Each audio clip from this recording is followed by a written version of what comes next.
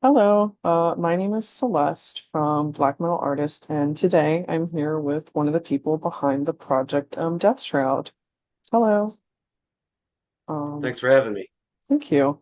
Now to get started here, your more recent EP, Perry Aqueductal Gray, um, it's a fascinating and maybe possibly an unusual title for a black metal release. What drew you to the concepts like amygdala, fight or flight response, and the limbic system as the foundation for this EP? Well, it's a darkly cerebral EP.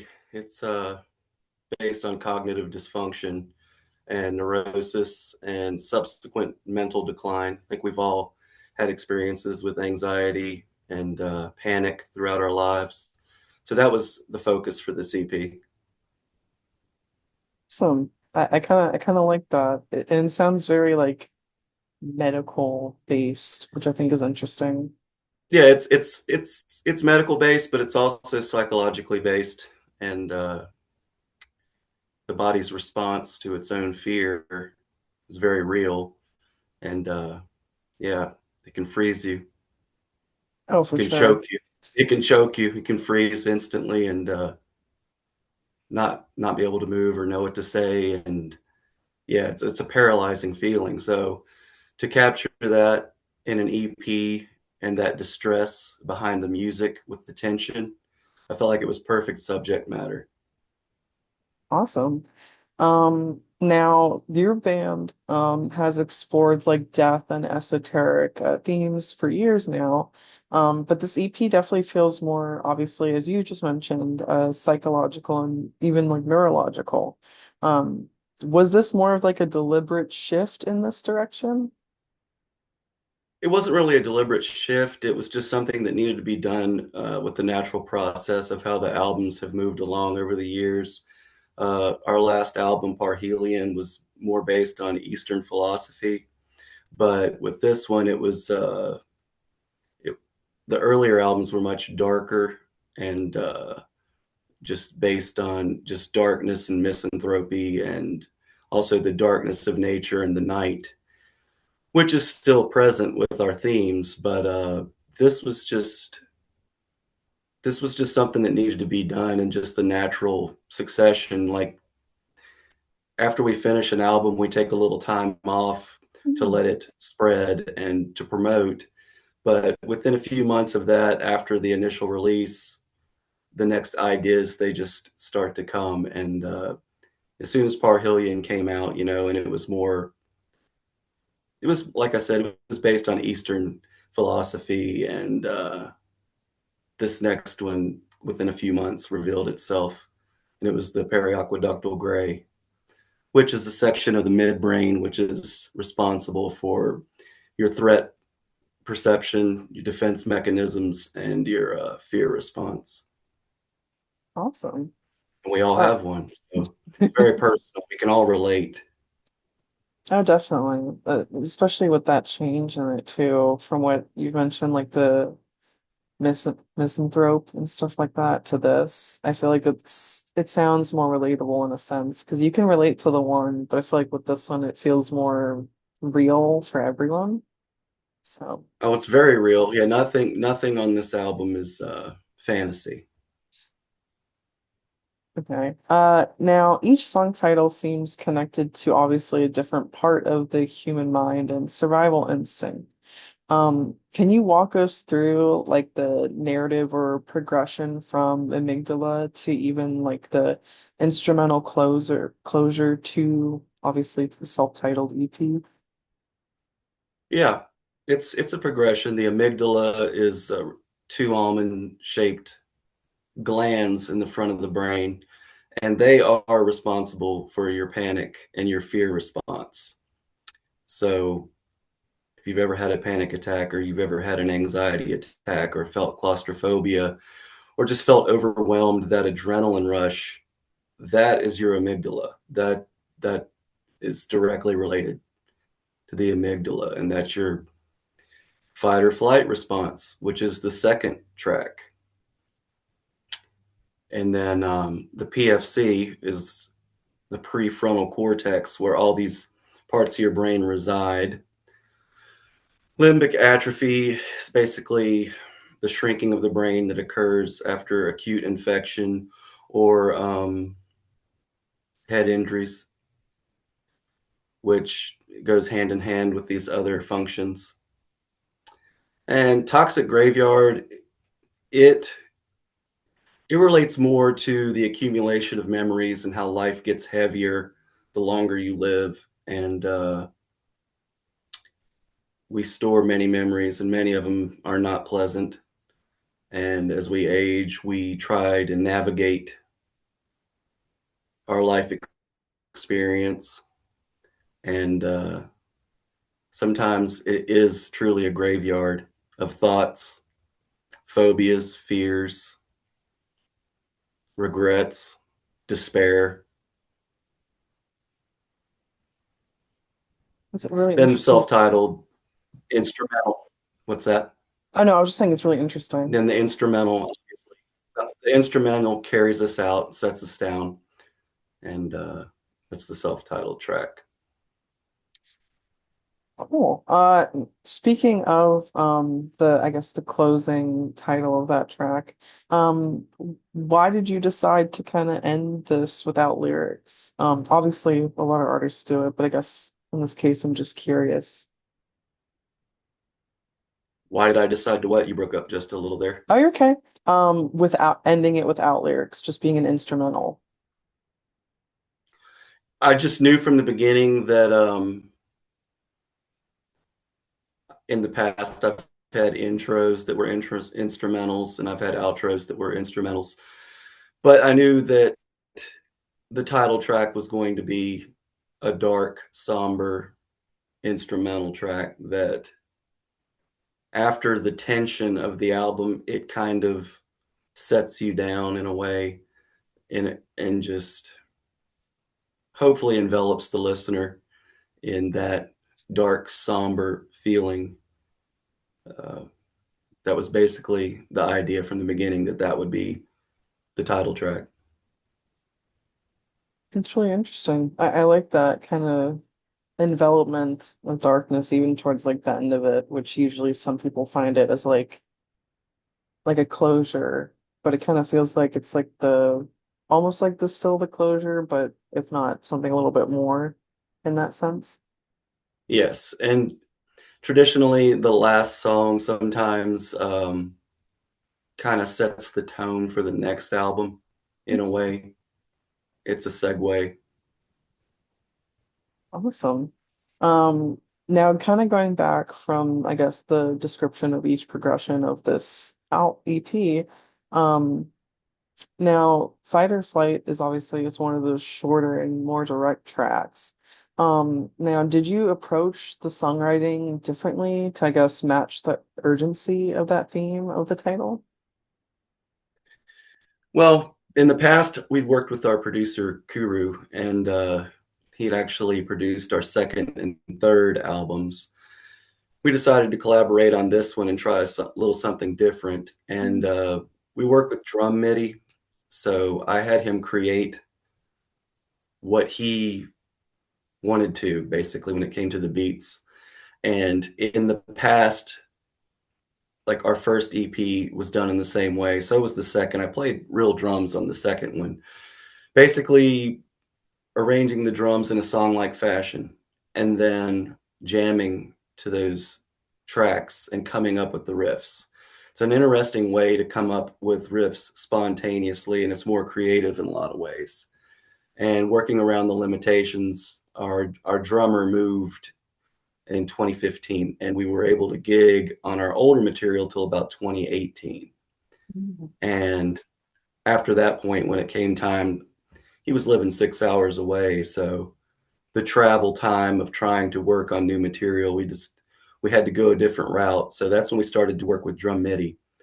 And basically the lengths of the songs were just determined by Kuru and what he came up with. It was really aggressive, and I arranged them how I felt that with the titles because I'd already had the titles, and I went from there. So that the length of that song, that's just circumstance of how he arranged it. Oh, that's interesting. It's just really cool in that way, I guess, too, because especially with how short that one was, it kind of feels like it could be that way, like a sense of urgency, but even in like it's actually in a practical sense. So I guess it kind of works I've always well. been a fan of, sorry, I've also always been a fan of shorter songs like Hmm. Slayer, Rain and Blood, 2 minutes, 20 seconds, 3.5 minutes. That's my threshold. And Mhm. I like just like shorter, fast, aggressive songs. So it worked well. No, I totally get it. Um, Now, the title, PFC, obviously it likely refers to the prefrontal cortex. How does that track represent the conflict between reason and instinct? That one's really basically about your uninhibited fear response running completely unchecked and just taking you over. And we kept it short because a couple albums ago we had a song called Polar Cortex, which Mm. just refers to the frozen mind and pure misanthropy. So I didn't want to revisit such a specialized word as cortex Mm. again. So we stuck with PFC, which houses all of the functions and these different glands and areas of the brain anyway. So that's how that came about. Oh, okay, cool. And with me, the riffs have always come first. I've always been into the riffs and the aggression and the drumming of black metal. And yeah, it's riffs first, and then lyrics have always came last, and they're matched to the riffs at basically at the end of the recording process.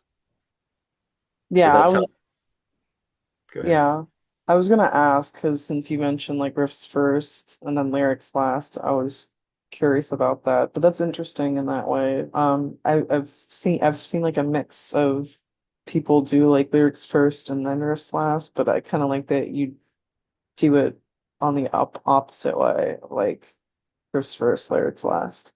Yeah, it started as a solo project, and that's just how it went because of my workflow. Okay. Now obviously you've also spoken about limbic atrophy, and that suggests like emotional decay and like psychological collapse.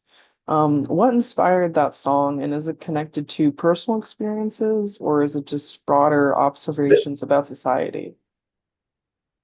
the whole EP is personal observations and inspired by life experiences. The lyrics are left up for interpretation, but yeah, limbic atrophy, which our bass player, Malavictus, he came up with most of the riffs on that. And the way that one came about musically was had a lot of drum beats and a lot of material to work with. And that one was when I was trying to work through, I wasn't coming up with anything that was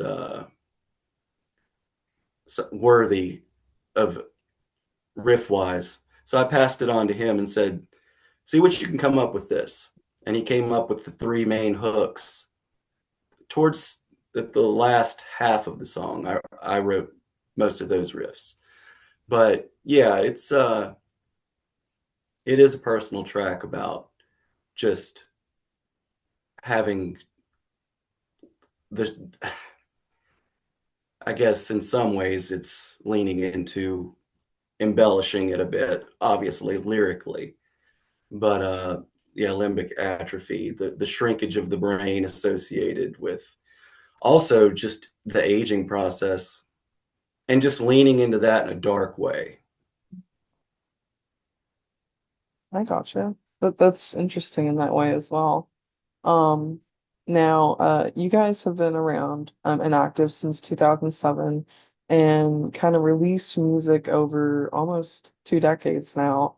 Kind of looking back, how do you think like the band has evolved from the self-titled EP to this latest release?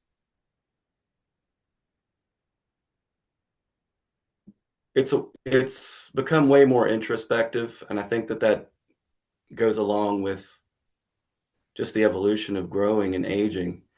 But in the early days, I mean, that first EP was directly influenced by four albums in particular: Blood Throne, Shield of Hate, Imperial Crystalline Entombment, Apocalyptic End in Mm. White, Natafrost, Terrorist, Necronaut Part 1, and 1349 Hellfire.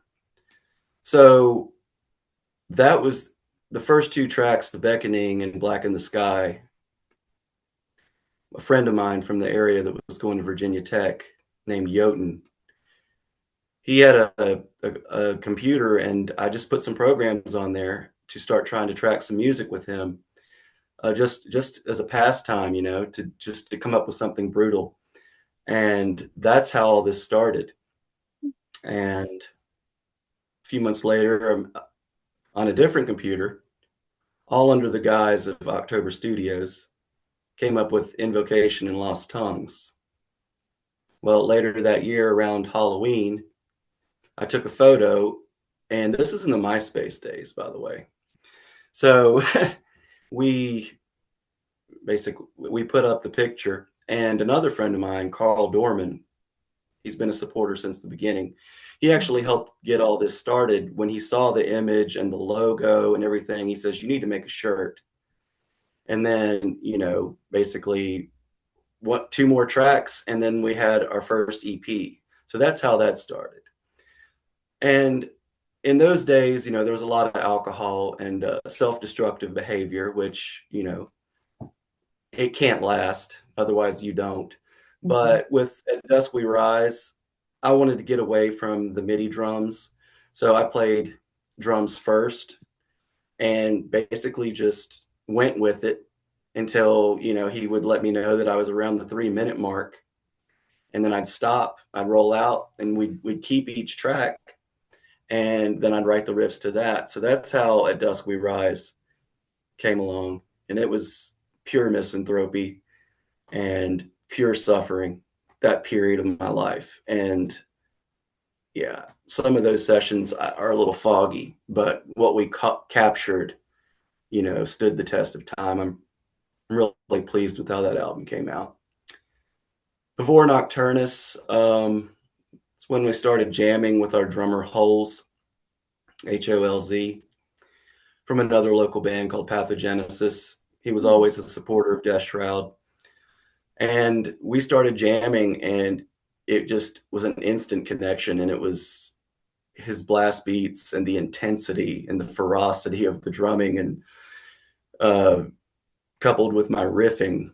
So that's how Before Nocturnus came along. We had a few other songs that had been sitting around, so we just worked all that together. We came up with Megaton basically on the spot. We didn't try to overthink it too much.